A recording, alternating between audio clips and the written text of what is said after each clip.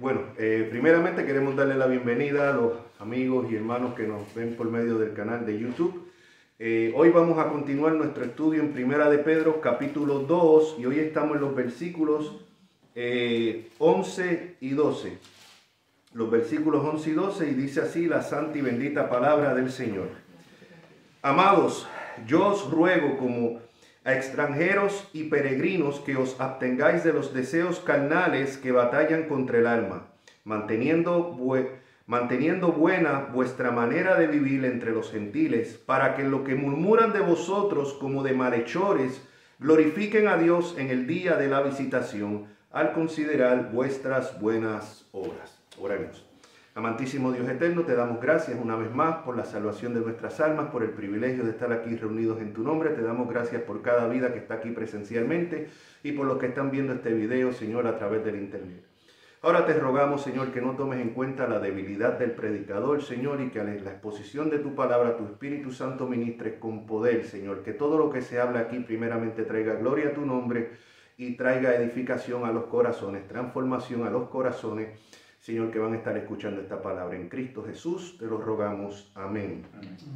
La semana pasada nos estuvimos discutiendo los versículos del 9 al 10, ¿se acuerda? Y vimos cuál es el verdadero pueblo de Dios. Vimos que el versículo 9, Pedro dice: mas vosotros sois linaje escogido, real sacerdocio, nación santa, pueblo adquirido por Dios, para que anunciéis las virtudes de aquel que os llamó de las tinieblas admirables, de las tinieblas a su luz admirable. Vosotros que en otro tiempo no erais pueblo, pero que ahora sois pueblo de Dios, que en otro tiempo no habían alcanzado misericordia, pero ahora habéis alcanzado misericordia. Y vimos que todos estos títulos eran títulos que se le habían dado al antiguo Israel en el Antiguo Testamento. Pero ahora vemos que Pedro le aplica esto a la iglesia, porque la iglesia es el nuevo Israel de Dios. Es el verdadero Israel de Dios, compuesto de judíos y de gentiles. Ahora vemos que en los versículos 11 y 12, primero nos dice que nosotros somos ese pueblo de Dios. Pero ahora el tema es viviendo como pueblo de Dios. Ya nos deja claro que somos ese Israel de Dios. Y vemos que el Israel tiene un propósito, y es, como vimos, para que anunciéis las virtudes de aquel que os llamó de las tinieblas a su luz admirable. Ese era el propósito del antiguo Israel, lo cual fracasó porque terminó imitando el paganismo de las demás naciones. Pero ahora vemos que en el Israel de Dios, en este nuevo Israel espiritual, obviamente no es un físico, estamos llamados igual hacer en lo que fracasó el antiguo de Israel, que es anunciar las virtudes de aquel que os llamó de las tinieblas a su luz admirable. Así que, como siempre, primero la Biblia nos muestra, a los escritores del Nuevo Testamento, cuál es nuestra posición en Cristo, y ahora cómo nosotros debemos vivir. Ya primero nos dice: esta es la posición, esto es lo que ustedes son, ahora esto es lo que ustedes tienen que hacer de acuerdo a lo que son. Y es lo que nos lleva a los versículos que estamos tocando hoy. Quería leer un libro, un pedacito aquí que me llamó la atención, muy bueno. Este librito se llama El enemigo que llevas dentro. Y me llama mucho la atención lo que dice aquí. El autor dice aquí en el capítulo 11, dice: ¿qué tan tenaz puede ser la carne? Dice: imaginemos que queremos poner a prueba la carne para determinar cuál formidable es como enemigo. ¿Qué podría revelarnos su verdadera fuerza? No serviría de mucho averiguar si la carne pudiera hacer caer a un pecador empedernido como Calígula, el malvado emperador romano. Sin embargo, ¿qué sucedería si pudiéramos poner a la carne contra una persona conforme al corazón de Dios? Dice: contra uno cuya santidad y celo por Dios se encontraban a años luz de la de los demás, alguien como David. Sigue diciendo: pero vamos, para subir el estándar de la prueba, carguémosle la mano a la carne. No la pongamos contra el David joven que participaba en comportamientos de alto riesgo antes de tener una tremenda experiencia en su caminar con Dios. No, pongámoslas contra el David que ha probado durante décadas la dulzura de Dios, que ha practicado la obediencia y la meditación en la santa ley de Dios durante años y que ha experimentado en carne propia el poder y el engaño del pecado. Tampoco pongamos a la carne contra David después de una gran decepción en su vida, sino justo después de experimentar la misericordia de Dios y de verlo a él entregar sus enemigos en sus manos. Sí, este David miró a una mujer bañándose en un techo cercano y se lanzó de cabeza al adulterio y a la mentira y al asesinato. No deberíamos volver jamás a dudar del poder de la carne. Si alguno todavía duda del poder de la carne, escalemos el reto. Pongamos a la carne contra el pueblo de Dios que está bajo el nuevo pacto. ¿Cómo le irá la carne contra un pueblo que tiene toda la revelación escrita de Dios en las Escrituras, así como la plenitud de la revelación de Dios por medio de Cristo? ¿Cómo verá la carne contra personas que han recibido el ministerio de la palabra como dádiva de parte de Jesús, de acuerdo a Efesios 4:11? Un ministerio diseñado para llevarlos a la perfección y que puede prepararlos contra los engaños del pecado. Ahora demos a estas personas incontables exhortaciones, advertencias de parte de Dios, como vemos en Hebreos 2:1, súplicas continuas de gracia que emanan de la fuente misma de la vida y vida por medio del Espíritu, vida abundante. Esto nos revela el poder de la carne. Y eso es lo que vamos a estar tocando en estos dos versículos. Comenzamos en el versículo 11 del capítulo 2, donde dice, amados, yo os ruego. Mire cómo él comienza, amados, con amor. La advertencia que él trae está basada en amor. Yo os ruego, no exige, ruega, como extranjeros y peregrinos que os abstengáis de los deseos carnales que batallan contra el alma. El comentario que tengo aquí de la Biblia Teológico comenta de esta manera. Esta forma de dirigirse a los cristianos señala una importante nueva sección de la carta. Los creyentes son extranjeros y peregrinos. Extranjeros y peregrinos. ¿Por qué? Porque este mundo no es nuestro no es nuestro hogar permanente. Estamos de pasada. Estamos de pasada. Y dice, los llama como extranjeros y peregrinos, que aguardan el día postrero para recibir su herencia. No obstante, los placeres de este mundo son tentadores y seductores. De ahí la necesidad de batallar y esforzarse contra tales deseos. Los creyentes deben de abstenerse de los deseos pecaminosos porque estos batallan contra el alma. Aferrarse a los deseos pecaminosos produce daño espiritual. Y esta es la batalla de todo verdadero creyente. La persona que no es creyente tiene estos malos deseos, pero vive según ellos. O sea, tú me haces, yo te hago. Tú me hablas, yo te hablo. Tú no me hablas, yo no te hablo. O sea, es mi manera de ser, punto. Nadie me va a cambiar.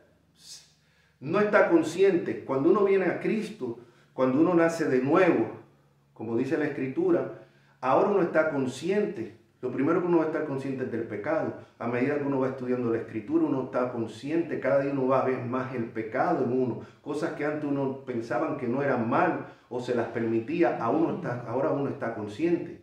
Ahora yo estoy consciente cada día más y más de mi pecado.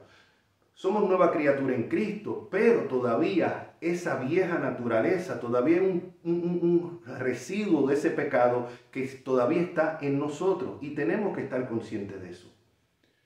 Y tenemos que batallarnos contra esos deseos. Eso es lo que vemos nosotros. Es lo que vemos en nosotros. El apóstol Pablo, que escribió la mayoría del Nuevo Testamento, vemos que tenía esa batalla porque estaba consciente. Cuando vamos a Romanos 7, versículo 15, el apóstol dice, porque lo que hago no lo entiendo. ¿Por qué no lo entendía? Porque soy una nueva criatura en Cristo y veo estos deseos y veo cosas que yo hago que no van de acuerdo a la profesión que yo estoy haciendo. Y él dice, porque lo que hago no lo entiendo, pues no hago lo que quiero, sino lo que aborrezco, eso hago. Lo primero es que nosotros como cristianos hoy fallamos, caemos, pecamos, pero no podemos deleitarnos en el pecado. Si verdaderamente hemos nacido de nuevo, vamos a aborrecer ese pecado. No vamos a estar cómodos con el pecado. Dije una mentira por salir del paso. Caramba, el Espíritu Santo que mora en mí me va a redarguir y me voy a sentir mal. Y voy a confesar mi pecado ante el Señor. Señor, perdóname, porque independientemente que le mentí a Juan, pero fue contra Dios que yo pequé primeramente. El que no tiene el Espíritu de Dios va a decir, a excusarlo. Bueno, es que tenía que mentir para salir del paso. Y a ver, ¿quién me va? El que te libre de pecado que tire la primera piedra. Es que a mí nadie me puede juzgar. Esa es la actitud de las personas hoy en día. Aún tristemente de personas que se identifican como cristianos. Pero el verdadero creyente va a estar consciente.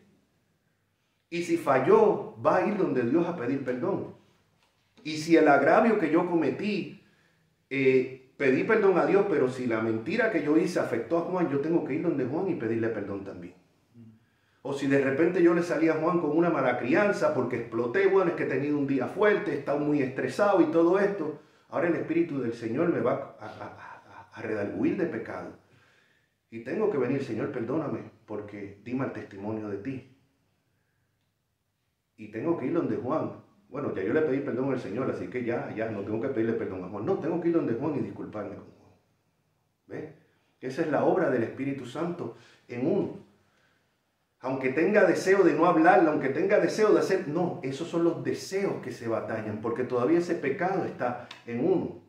Y es la batalla que nosotros tenemos que tener. Tristemente no se habla suficiente de esto en las iglesias. Ahora, el apóstol Pablo estaba consciente, porque el creyente está consciente de su pecado y va a batallarse, va a sentir esa lucha contra el pecado. Y es lo que dice aquí Pablo, porque yo lo que hago no lo entiendo, pero ¿por qué yo dije esa mala palabra? ¿Pero por qué yo dije esta mentira? ¿Pero por qué yo miré lo que no tenía que mirar? Es que yo no lo entiendo, se supone que soy nueva criatura. Es la batalla y es el dolor. Uno está gozoso porque está en Cristo y uno es salvo, pero a la misma uno está dolido por el pecado que cada día uno está más consciente que hay en uno. Y él dice, lo que hago no lo entiendo, pues no hago lo que quiero, sino lo que aborrezco, eso hago. Y si lo que no quiero esto hago, apruebo que la ley es buena. El problema no está en la ley, el problema está en mí. De manera que ya no soy yo quien hace aquello, sino el pecado que mora en mí. Y yo sé que en mí, esto es en mi carne, no mora el bien. Ese es el primer paso que tenemos que reconocer. Que en nosotros no mora el bien. Que somos malos por naturaleza. Y aunque hemos nacido de nuevo y tenemos una nueva naturaleza, todavía está ese viejo hombre batallándose. Como dijo Martín Lutero en una ocasión. Descubrí que el viejo hombre no se ahogó en el bautismo. Todavía está vivo. Todavía sigue, o sea, batallándose con uno. Y dice, yo sé que en mí, esto es en mi carne, no mora el bien. Porque el querer el bien está en mí, pero no el hacerlo. Porque no hago el bien que quiero, sino el mal que no quiero, eso hago. Y si hago lo que no quiero, ya no lo hago yo, sino el pecado que mora en mí. Todo verdadero cristiano tiene que sentir esta batalla. Y si no sentimos esta batalla es porque probablemente no somos verdaderos cristianos, aunque nos hayamos bautizado, aunque hayamos repetido una oración como el papagayo, aunque estemos sirviendo en una iglesia local. Si no estamos conscientes de esta batalla constante, probablemente no hemos nacido de nuevo. Si podemos pecar y mentir y no aborrecer ese pecado, probablemente no hemos nacido de nuevo. Sigue diciendo, versículo 21, así que queriendo yo hacer el bien, hallo esta ley, que el mal está en mí. Porque según el hombre interior me deleito en la ley de Dios. Cuando yo leo que tenemos que amar al prójimo como a nosotros mismos, cuando leo que tenemos que perdonar como Cristo nos perdona a nosotros, yo me deleito. ¡Wow! ¡Qué gozo me da eso! Pero cuando me ofenden y soy yo el que tengo que perdonar, ahí no me deleito, porque ahí ahora no quiero perdonar. Cuando estoy ofendido y quiero que pasen los días y yo no hablarle a esa persona, aun cuando la Biblia dice no se ponga el sol sobre vuestro enojo ni deis lugar al diablo, ahí no me deleito, ahí me batallo. ¿Ves? Y es lo que dice el apóstol, porque según el hombre interior me deleito en la ley de Dios. Pero veo otra ley en mis miembros que se rebela contra la ley de mi mente y que me lleva cautivo a la ley del pecado que está en mis miembros. Miserable de mí. Mire, cómo se sentía el apóstol Pablo, que gritó: miserable de mí. ¿Quién me librará de este cuerpo de muerte? Gracias doy a Dios por Jesucristo, Señor nuestro. Así que yo mismo en la mente sirvo a la ley de Dios, más con la carne a la ley del pecado. Y él no está excusándose aquí, sino que está hablando claramente de esa batalla y de esa realidad. Si vamos también a Gálatas, vengan conmigo a Gálatas capítulo 5, versículo del 16 en adelante. Dice también aquí el apóstol Pablo: digo pues, andad en el Espíritu. Esto es un caminar, esto no es correr en el Espíritu, esto no es brincar en el Espíritu, esto es andar. La vida cristiana es una vida de paso a paso. Y vemos que no es una vida pasiva. Esto no es decir, bueno, que el Señor me quite el mal humor, que el Señor me quite la lujuria, que el Señor me quite las ganas de mentir. No, es que es una batalla con esos deseos que están todavía en uno. Es lo que nos dice el apóstol Pedro, tenemos que batallarnos. Y es lo que él dice aquí. Digo pues, aquí Pablo, en Gálatas 5:16, andad en el Espíritu, oiga bien, y la responsabilidad de nosotros, y no satisfagáis los deseos de la carne. No podemos satisfacer. La carne quiere mirar pornografía, la carne quiere mirar desnudez. No podemos satisfacer eso. La carne quiere mentir, no podemos satisfacer eso. La carne quiere guardar rencor y enemistad y se niega a perdonar, no podemos satisfacer eso. Hoy en día se excusa el pecado, la homosexualidad. Porque bueno, es que nacen así. Es que no es culpa de ellos, es que nacen así. Y entonces como tienen ese deseo, pues hay que satisfacerlo. Entonces el que tiene deseo de matar, pues que también lo satisfaga, porque a lo mejor nació con esos instintos asesinos. El que nació con deseo de robar, porque los niños por naturaleza, mire, los niños por naturaleza son malcriados, son egoístas, por naturaleza. Usted no le enseña a un niño a ser egoísta. Un niño pequeñito de 2 años no quiere compartir su juguete con otro. ¿Por qué? Porque es la naturaleza con la que nacemos. Entonces, ¿qué vamos a decir? No, mi hijo, sé egoísta toda tu vida porque es que tú naciste así. Yo noté que desde pequeñito tú eres egoísta. No, hay que corregirle. Lo mismo en la homosexualidad, lo mismo en cualquier otro pecado que la Biblia llama pecado. Esto no es el homofóbico. O sea, es que la Biblia lo condena. Y si verdaderamente amamos a estas personas, no les vamos a decir, no, quédense así que Dios los ama igual. No, la Biblia es claro, los que practican tales cosas no heredarán el reino de Dios. Y aunque la cultura hoy diga que es algo bueno y tengo un mes para celebrarlo, la Biblia es clara. Entonces esos deseos pueden estar esos deseos de homosexualidad, pueden estar esos deseos de pornografía, pueden estar esos deseos de adulterio, pueden estar esos deseos de mentir. Son deseos genuinos que están ahí, pero ¿qué es lo que nos manda la Biblia? A combatirlo, a combatirlo. O sea, no es a darle rienda suelta, bueno, es que porque me siento así, pues simplemente le doy rienda suelta. No. Y eso es lo que sigue diciendo, porque el deseo, versículo 17 de Gálatas 5:17, porque el deseo de la carne es contra el espíritu y el del espíritu es contra la carne, y estos se oponen entre sí para que no hagáis lo que queréis. Lo mismo que Pablo habló de su batalla en el capítulo 7 de Romanos, ahora aquí está hablando nuevamente aquí en Gálatas y dice, pero si sois guiados por el espíritu no estáis bajo la ley. Ahora va, bueno, ¿y cuáles son las obras de la carne? Y manifiestas son las obras de la carne, que son adulterio, fornicación, o sea, sexo fuera del matrimonio. Adulterio, tener una pareja y a la misma vez tener un amante o un amante por el lado. Inmundicia, lascivia, idolatría, hechicerías, enemistades, pleitos, celos, iras, contienda, disensiones, herejías, envidias, homicidios, borracheras, orgías y cosas semejantes. Esto no es una lista que termina aquí, cosas semejantes. Bueno, la borrachera, ¿qué pudiéramos comparar con la borrachera? Bueno, pues el estar uno arrebatado con droga, con marihuana, con lo que sea, con cocaína, cosas que le cambian el carácter a uno, que toman control. Es algo semejante a la borrachera. Alguien puede decir, bueno, ahí no aparece la marihuana, ahí no aparece la cocaína, así que me puedo... No, cosas semejantes. Cosas, adulterio, fornicación. La pornografía, estar mirando videos de pornografía, cae ahí. Jesús dijo que el que mira una mujer y la codicia en su corazón ya adulteró con ella. Por eso dice, y cosas semejantes.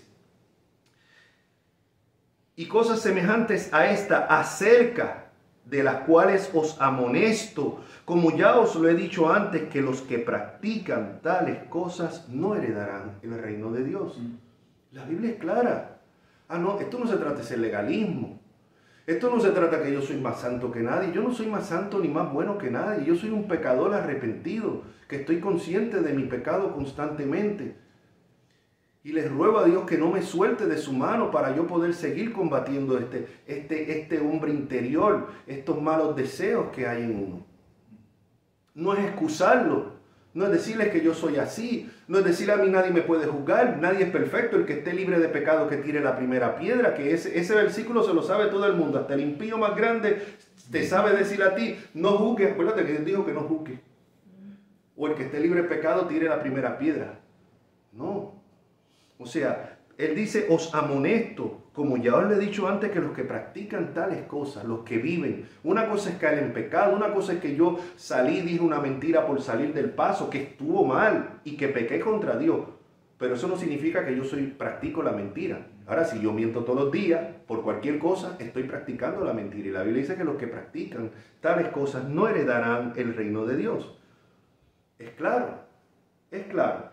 En Efesios capítulo 4 versículos 22 y 24 dice, en cuanto a la pasada manera de vivir, despojaos. Aquí nuevamente nos da la responsabilidad a nosotros, despojaos del viejo hombre, de ese viejo hombre que todo lo resolvía peleando, que todo lo resolvía hablando malo, que todo lo resolvía insultando, que si lo ofendía no perdonaba. El viejo hombre que tal vez estaba atado a la pornografía, al adulterio, a la fornicación, a los vicios, a la borrachera.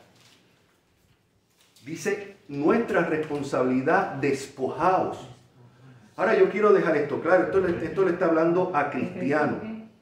Esto le está hablando, Efesios 4, 22 al 24. Esto le está hablando a cristianos, a personas que han nacido de nuevo, porque esto nosotros no lo podemos hacer en nuestra propia carne. Una persona no cristiana puede, ¿cómo se dice la palabra? Cuando alguien va, como decir, a un programa y cambia, tiene una palabra, por ejemplo, alguien va a los hogares CREA y deja la droga o Alcohólicos Anónimos, puede, la palabra, rehabilitarse. Una persona puede rehabilitarse y lo hace. Y hay personas que no son cristianas y se rehabilitan de la droga, se rehabilitan de la pornografía. Pero, por ejemplo, dejan una cosa, dejan el alcohol y se amarran a la nicotina. Eso lo he visto yo en familiares míos. Personas que estaban en los hogares CREA de Puerto Rico para personas con droga. Y sí, dejaron la droga, pero entonces se ataban al alcohol. O dejaban el alcohol, entonces se ataban al cigarrillo. Siempre tienen que tener algo que los ata. ¿Por qué? Porque están haciendo eso en el poder de su carne. Pero el que ha nacido de nuevo tiene el poder del Espíritu Santo en él. Y nos tenemos que esforzar, pero no en nuestra propia fuerza, sino en el poder del Espíritu. Y esto es lo que sigue diciendo. Por eso dice, en cuanto a la pasada manera de vivir, yo era así, pero ya yo no puedo. Si yo era un mujeriego, yo no puedo seguir siendo mujeriego. Y ahora como cristiano, el que era homosexual no puede seguir siendo homosexual. El que era un ladrón y un tramposo no puede seguir siendo así, aunque esos deseos genuinos están todavía en su carne. No es que no va a tener tentación, sí, va a tener. Oye, es una vida completa de uno darle rienda suelta a la carne y ahora está en Cristo y esa no se va a rendir fácilmente. Va a batallarse. ¿Por qué ustedes creen que hay tantas advertencias, como leímos al principio, en el Nuevo Testamento en todas estas cosas? Porque es una realidad que los cristianos se batallan con todo esto, si no, no hubieran advertencia. O sea, le hemos leído de Romanos, le hemos leído de Gálatas, ahora le estamos leyendo de Efesios. Las advertencias que trae Jesús mismo. Es una realidad que como cristianos todavía vamos a tener estos malos deseos y vamos a tener esta batalla. El primer paso es reconocerlo. Si yo no lo reconozco, estoy frito. Si yo no reconozco que el pecado está en mí, yo no me voy a guardar. Caigo más rápido que ligero. Y sabe que por lo general, cuando uno cae en pecado es cuando uno está relajado. A veces puede venir después de una gran victoria. A mí me ha pasado después de una prédica en la iglesia que he salido y wow, me siento como en una nube caminando y de repente pasa algo, ¡pum! Y caíste. Dice, Dios mío, pero ¿cómo es posible? Estoy gozoso el domingo y de repente el lunes en el trabajo pasó algo, ¡boom! Fallé. Fallé con el carácter. Contesté como no tenía que contestar. Después de ¿por qué? Porque en ese momento me siento que estoy en victoria. Y bajé la guardia. Y no me esperaba el ataque. Y pasa. David, cuando estaba relajado, después que había ganado la guerra en su palacio, es cuando cae con Betsabé, cuando está tranquilo. En el momento de ocio, de reposo, de descanso. Ahí es cuando más tenemos que nosotros cuidarnos. Dice, en cuanto a la pasada manera de vivir, despojaos del viejo hombre que está viciado conforme a los deseos engañosos. Oiga bien, estos deseos son engañosos. El pecado ilícito te promete gratificación en el momento. No te dice las consecuencias, no te dice del SIDA que puede venir, no te dice de la barriga que puede venir después de eso, no te dice si es adulterio, en la destrucción que puedes traer a tu familia, a tu esposa, a tus hijos. No te advierte de nada de eso. Del SIDA que puedes coger, no te advierte de nada de eso, solamente te presenta, es como cuando usted mira la televisión. La comida chatarra, que de eso estábamos hablando con el cuñado hoy. La comida chatarra. Uy, cuando tú miras te presentan ese Whopper, te presentan el Big Mac, te lo presentan jugosito. Mire, cuando usted mire la foto, uy, hasta con unas gotitas así, jugosito, que usted ve y se le hace la boca agua. Lo que no le dice es lo que va a hacer eso a su salud. Eso no te lo advierte, te presenta el sabor, te lo presentan de eso y uno mira, wow, y va para allá. No te dice cómo te va a poner el colesterol, no te dice cómo te va a tapar las venas del corazón, no te dice cómo te va a trepar la azúcar, no te dice cómo te va a trepar la presión. No,